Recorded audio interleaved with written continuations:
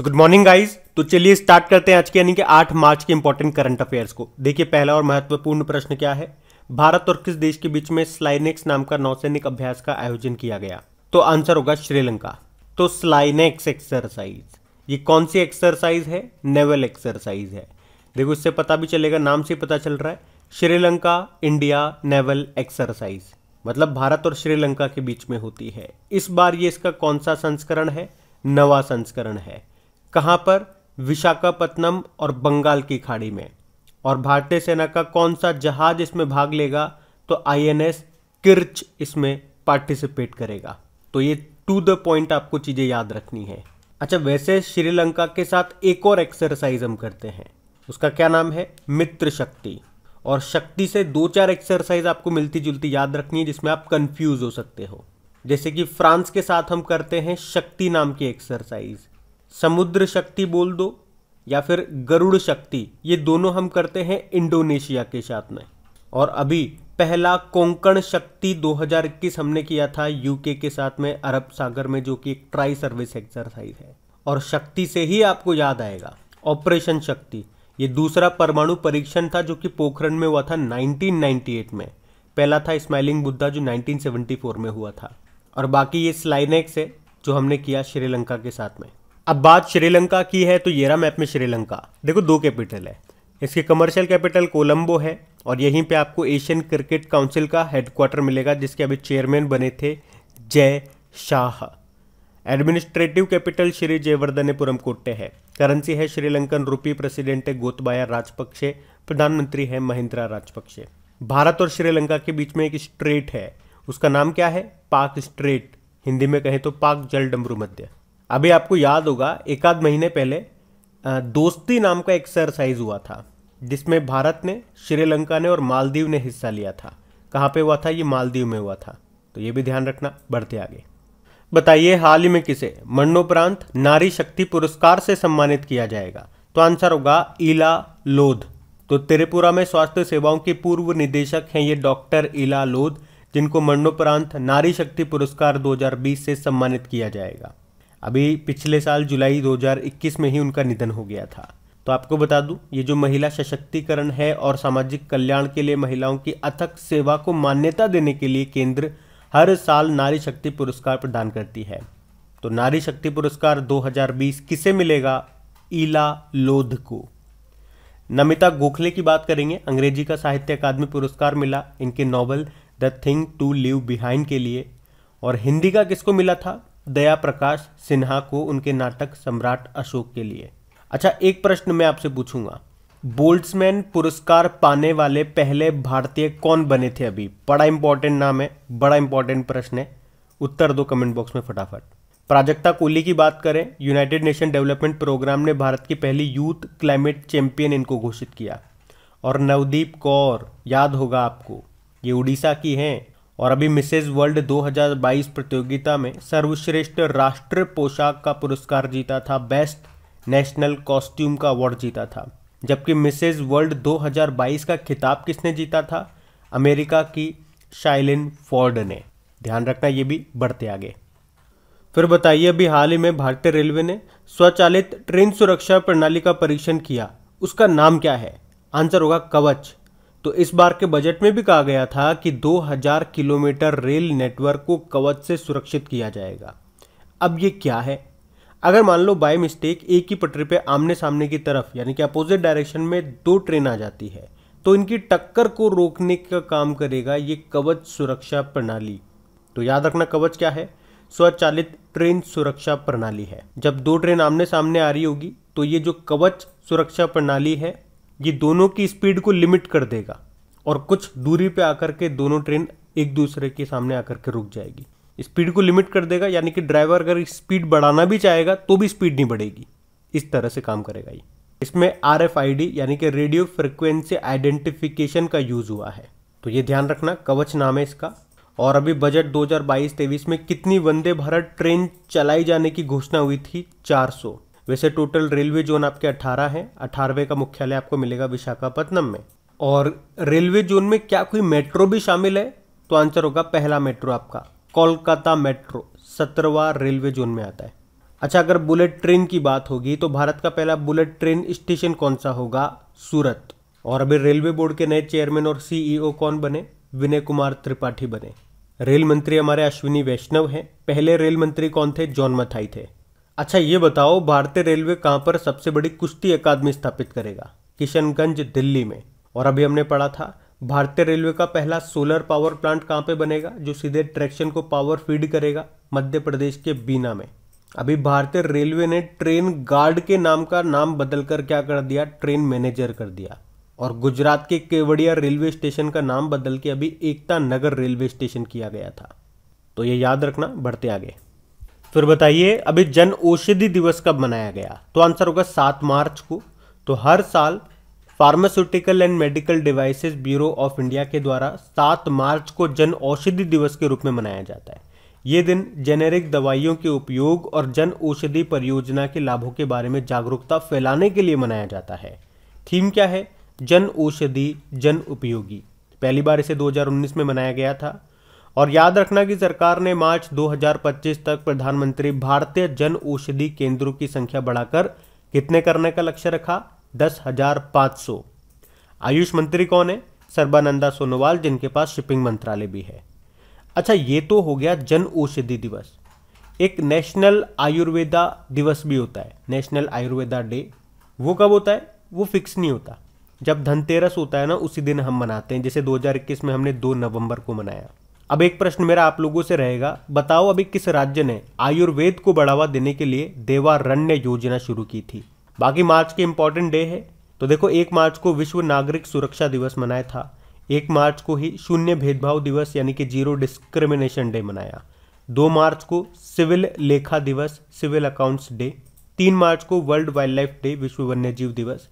3 मार्च को ही world hearing day. 4 मार्च को विश्व मोटापा, वर्ल्ड ओबेसिटी डे। और 4 मार्च को ही राष्ट्रीय सुरक्षा दिवस मनाया गया। ये ध्यान रखना सब। बढ़ते आगे। फिर बताइए अभी हाल ही में द ब्लू बुक नामक पुस्तक को किसने लिखा?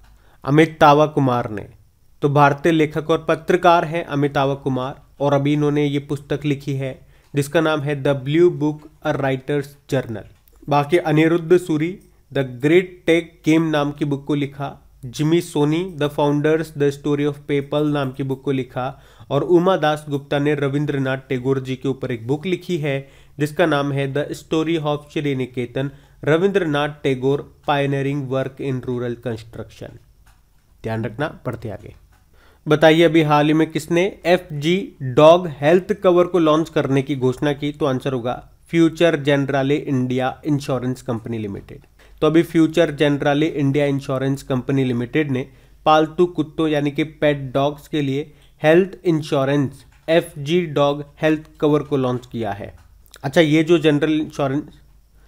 जो future Generali India insurance company है, इसकी स्थापना होती है सन 2000 में। मुंबई में हेडक्वार्टर है और इसके CEO अनूप राव हैं।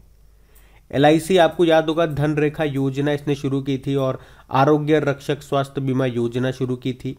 इफ्को टोक्यो जनरल इंश्योरेंस से भी याद होगा आपको, इसके नए MD CEO बने थे HO सूरी। और यूनाइटेड इंडिया इंश्योरेंस की बात करेंगे तो इसके CMD बने थे SL त्रिपाठी। याद रखना ये। बढ़ते आगे। फिर बताइए अभी हाल ही में किसने पुणे मेट्रो रेल परियोजना का उद्घाटन किया? तो आंसर होगा नरेंद्र मोदी। तो प्रधानमंत्री नरेंद्र मोदी ने अभी 6 मार्च 2022 को पुणे मेट्रो रेल परियोजना का उद्घाटन किया है। इस पुणे मेट्रो रेल परियोजना की लंबाई कितनी है? 33 किलोमीटर है, जिसमें 30 स्टेशन मिलेंगे। और इसको बनाने में लागत कितनी आई है? 11,420 करोड़ रुपए। और आपको बता दूं ये पुणे मेट्रो देश की पहली मेट्रो परियोजना है जिसमें एल्यूमिनियम से बने बॉडी कोच हैं, जो भारत सरकार की मेक इन इंडिया नीति के तहत स्वदेशी रूप से निर्मित है। तो ये आप ध्यान रखना। बढ़ते आगे। अच्छा बताइए, मार्च 2022 में फाइनेंशियल एक्शन टास्क फोर्स ने किस देश को अपनी ग्रे लिस्ट में शामिल किया? यूनाइटेड अरब अमीरात। फाइनेंशियल एक्शन टास्क फोर्स स्थापना होती है 1989 में। हेडक्वार्टर मिलेगा पेरिस, फ्रांस में। इसमें टोटल मेंबर कंट्रीज हैं 39। काम क्या है? आतंकवाद के लिए जो फंडिंग होती है ना, उसको रोकना ही इसका मुख्य उद्देश्य है। इसने इसके लिए 2 लिस्ट भी बना रखी है, ग्रे लिस्ट और ब्लैक लिस्ट। ग्रे लिस्ट में उन देशों को रखा जाता है जिन पर ये निगरानी रखता है, और ब्लैक लिस्ट में जो देश होते हैं उन पे सैंक्शंस लगाए जाते हैं, प्रतिबंध लगाए जाते हैं। तो पाकिस्तान को आपको पता है ग्रे लिस्ट में रखा हुआ है काफ़ी टाइम से, और अब यूनाइटेड अरब अमीरात को भी ग्रे लिस्ट में डाल दिया है। अब बात यूएई की है, तो येरा मैप में यूएई, कैपिटल इसकी अबू धाबी है। यहीं पे आपको इंटरनेशनल रिन्यूएबल एनर्जी एजेंसी का हेडक्वार्टर मिलेगा। करेंसी दिरहम है, प्रेसिडेंट है शेख खलीफा बिन जायद अल नहयान। आईसीसी का हेडक्वार्टर यहीं पे आपको दुबई में मिलेगा। और अभी दुबई में ही दुनिया की पहली हाइड्रोजन से चलने वाली फ्लाइंग बोट द जेट को लॉन्च किया गया था। भारत के बाहर पहला आईआईटी कहाँ पे बनेगा? दुबई में ही बनेगा। विश्व की पहली पेपरलेस सरकार दुबई सरकार है। और अभी किस शहर ने अपना भविष्य का संग्रहालय खोला? म्यूजियम ऑफ फ्यूचर दुबई ने। और अभी इंटरनेशनल ऑटोमोबाइल फेडरेशन के पहले गैर यूरोपीय अध्यक्ष बने थे कौन? मोहम्मद बिन सुलेम, ये यूनाइटेड अरब अमीरात के हैं। उसके अलावा इंटरपोल के नए प्रेसिडेंट बने अहमद नासिर अल रईसी, ये भी यूनाइटेड अरब अमीरात के हैं। आपको बताएं 2023 में कोप 28 का आयोजन कहाँ पे किया जाएगा? यूनाइटेड अरब अमीरात में ही। कोप 27 मिस्र में होंगे 2022 में, और कोप 26 2021 में हुए थे ग्लासगो स्कॉटलैंड में। यूनाइटेड अरब अमीरात के मंगल मिशन का नाम क्या है? Hope mission. और अरब क्षेत्र का पहला परमाणु रिएक्टर शुरू किया था यूनाइटेड अरब अमीरात में, उसका नाम है बराका न्यूक्लियर पावर प्लांट। और ICC men's T20 world cup 2021 ये यूनाइटेड अरब अमीरात और ओमान में हुए थे, जिसको अभी जीत लिया ऑस्ट्रेलिया ने न्यूजीलैंड को हरा करके। तो ये सारे इंपॉर्टेंट पॉइंट्स ध्यान रखना, बढ़ते आगे। अच्छा बताइए, हाल ही में विश्व एथलेटिक्स पैदल चाल टीम चैंपियनशिप 2022 में पहली बार भारतीय टीम ने कौन सा पदक जीता? तो आंसर होगा कांस्य पदक, ब्रोंज मेडल। तो यह है विश्व एथलेटिक्स पैदल चाल टीम चैंपियनशिप 2022, जिसमें महिला वर्ग यानी कि वुमेन कैटेगरी ने 20 किलोग्राम में, तो विश्व एथलेटिक्स पैदल चाल टीम चैंपियनशिप 2022 की बात कर रहे हैं, महिला वर्ग वुमेन कैटेगरी की बात कर रहे हैं। तो 20 किलोमीटर में गोल्ड तो जीता चाइना ने, सिल्वर जीता यूनान ने, और भारत ने जीता है ब्रोंज। और भारत में महिलाओं के द्वारा पैदल चाल चैंपियनशिप में जीता गया ये पहला मेडल है। इसमें 3 महिलाएं शामिल थी, कौन कौन? भावना जाट, रवीना और मुनीता प्रजापति। तो ये ध्यान रखना। एक पूजा जातियान का नाम आपको याद आता होगा, अभी पैरा तीरंदाजी विश्व चैंपियनशिप में भारत के लिए पहला सिल्वर मेडल लेकर के आई थी। अच्छा, टोक्यो ओलंपिक 2020 में बात करेंगे, टोटल 3 महिलाओं ने इसमें मेडल जीते हैं। पीवी सिंधु बैडमिंटन से संबंधित है, ये ब्रोंज जीता। एक लवलीना बोरगोहान की बात करेंगे, बॉक्सर है, ब्रोंज जीता। और मीराबाई चानू वेटलिफ्टर हैं, इन्होंने जीता था सिल्वर मेडल।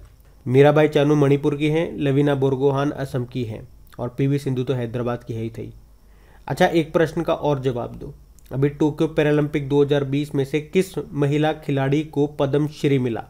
2 हैं, अवनी लखेरा शूटिंग से संबंधित है, राजस्थान की हैं, और वंदना कटारिया ये उत्तराखंड की हैं, और हॉकी से इनका संबंध है। ध्यान रखना, पढ़ते आगे। बताइए, अभी किस राज्य के मुख्यमंत्री ने अम्मा और बहिनी योजना शुरू करने की घोषणा की? तो आंसर होगा सिक्किम। तो अभी सिक्किम के जो मुख्यमंत्री हैं प्रेम सिंह तमांग, उन्होंने राज्य में गैर कामकाजी माताओं को हर साल 20,000 रुपये देने के लिए अम्मा योजना, और कक्षा 9 में पढ़ने वाली सभी छात्राओं को फ्री में सैनिटरी नैपकिन देने के लिए बहिनी योजना को शुरू किया। अब बात सिक्किम की है, तो ये रहा मैप में सिक्किम।